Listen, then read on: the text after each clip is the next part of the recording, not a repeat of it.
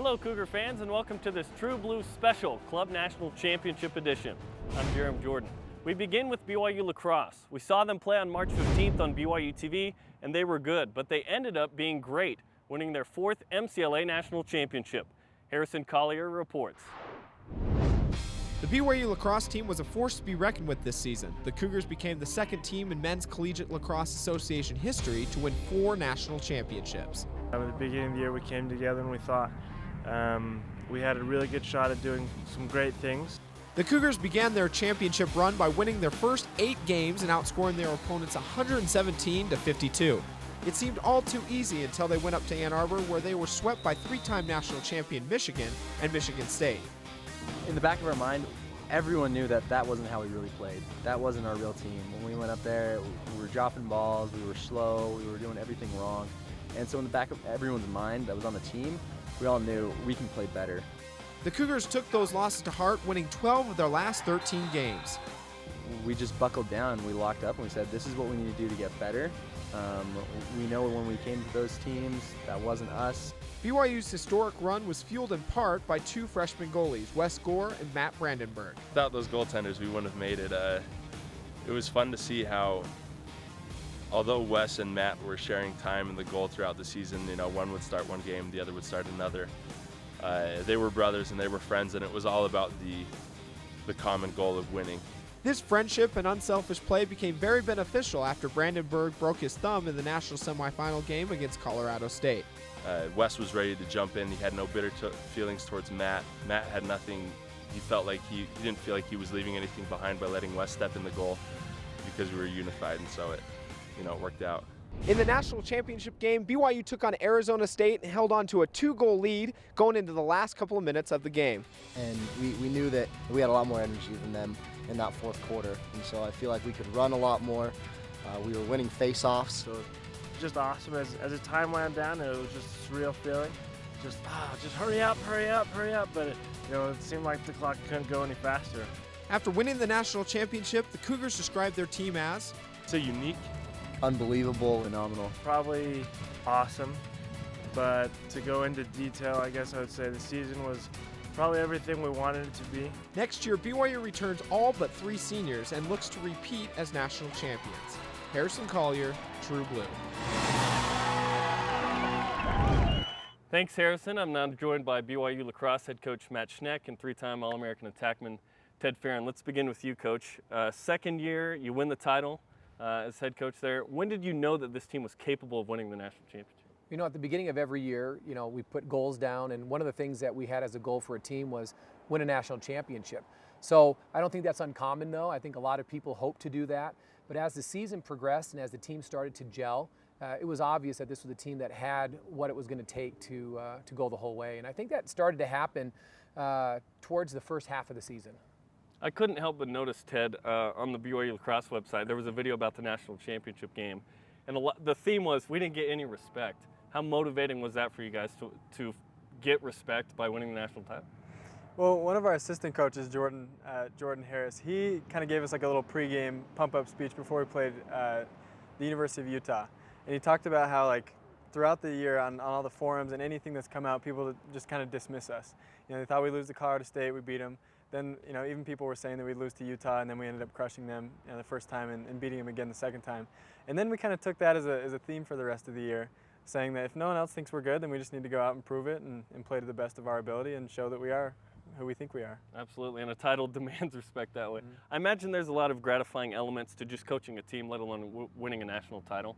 What was the most gratifying part as the head coach for you? Well, as I take a look at these, the young men that are on this team, this was a team that came together. It was a team that, when you take a look at who they are and their personalities and the way that they interacted with one another, that was by far the most gratifying thing about this. This was a team that loved each other, a team that would sacrifice for each other, a team that worked hard together, and a team that didn't come back and as we call it, to have palms up all the time saying, hey coach, how come we have to do this or whatever. They didn't argue with those types of things. They worked hard, they were dedicated, and they put all the things that they needed to together on the field and made great things happen.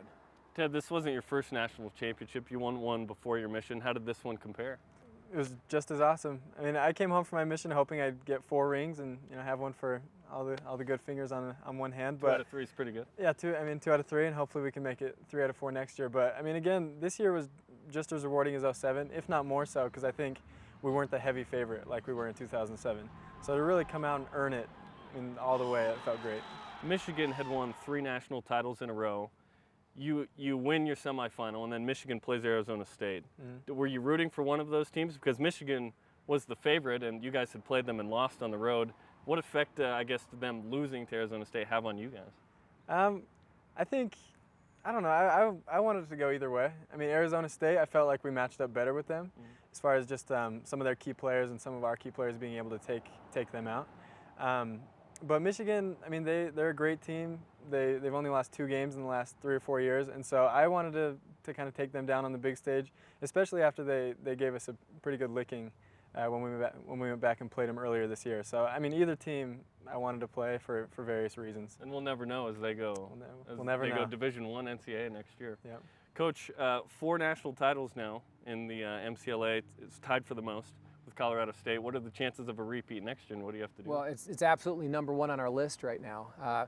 We've been looking at the team, and as a coaching staff, and even with some of the senior players that are on the team, we've talked about who's on the team now, who's going to be on the team this year, who's going to be on the team next year, and we've looked at the different components that go into making your team. And I'll have to admit, everything that we were working towards was all working towards next year. Putting. So you weren't set up to win the national title, you're saying, this year necessarily? We definitely had the talent to be able to do it, and we were working towards making that happen. But the reality is what was making us, giddy in so many different ways was this entire junior class now with Ted and some of the others that are coming back as seniors next year, an incredible freshman class coming in with a multitude of high school All-Americans coming in, and a great group of return missionaries that are going to be coming home off their missions here over the course of the next several months. And as we looked at all those things combined, and we looked at everything that it takes to put together a championship team, tell you what, we were looking at next year and thinking great things could happen next year. So now I think we've set the stage to see some great things happen. Well, we will look anxiously next year towards the 2012 season, and congratulations again on the national championship. Hey, thanks so much. You. Matt Schneck and Ted Farron. Another team that played for a national championship was the BYU Rugby team. 6 years in a row, they'd played BYU and Cal in the national title. It was in Palo Alto for the last 5, but this season BYU finally played in Utah at Rio Tinto Stadium in Sandy. Brendan Hardigan reports. 2011's been an exceptional year for the BYU men's rugby team. How exceptional, you ask? Well, for starters, they beat San Diego State, Penn State, Colorado State, Arizona State, and Claremont Colleges by a combined score of 398-0. Yeah, that's right, 398-0. It may sound like those 5 games were a variety of epic beatdowns to you, but that's pretty much how things went all year for the Cougars, who finished the regular season with a 13-0 record. Yeah, we had a good season. Our conference play, obviously we went undefeated to win our conference, which was our first goal that we set as a team. And all of the team's hard work leads them to here at Rio Tinto Stadium, where they have a chance to win a national championship with a win against Cal. BYU came prepared, but so did the undefeated Cal Berkeley team. Cal out-hustled the Cougars for most of the first half, building up a 10-0 lead during the first 35 minutes of play.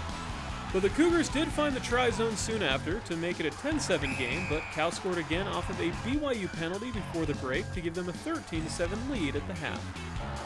Cal's a tough team, year in and year out. They're always a great team. They just don't stop. They're well conditioned and they know what they want to do and they execute it. Penalties continued to plague BYU in the second half, and Cal took full advantage of them. Before you knew it, Cal jumped ahead to a 21-7 lead, and even though the Cougars fought hard through the end of the game, they weren't able to get enough points on the board as Cal beat BYU 21-14 to win the national championship. The boys put everything into it, and a little disappointing to conclude the season this way, but very proud of the guys. They put everything into it, left everything in the field, and there's too many mistakes. I mean, we came undefeated to this game, which is amazing, and then this game we were very confident, and I'm very disappointed right now, to say the least. And even though losing the national championship game is very disappointing, the experience of being there will definitely help the team out in the future. But it was great to be here. It was a great experience. The boys are a little down right now, but we'll spring back and we'll be good for it. I think we've grown, and we got a good team, and the support and the program's growing every year. So good things coming next year. Good things may very well be coming next season. The upcoming senior class has already won a national championship together in 2009, and with the majority of the team's starters returning next year, these soon-to-be seniors will have a great chance to win their second national championship together. You know, we don't want to be a one-hit wonder. You know, 2009 championship was great. You know, we've all moved on from there, and we want to win more. You know, we just don't want to be remembered as that team that won it that one time. You know, we want to win more titles. To be honest, honestly, next year all I want is a national championship. That's all I can hope for, and that's what I'm going to work for. Brendan Hardigan, True Blue. Thanks, Brendan, and congratulations to the BYU Rugby team for yet another spectacular season. Well, that'll do it for our True Blue special. If you want to watch previous episodes of True Blue and live games we've done of lacrosse, rugby, and other sports at BYU, go to BYUtv.org. My name's Jeremy Jordan. Thanks for watching.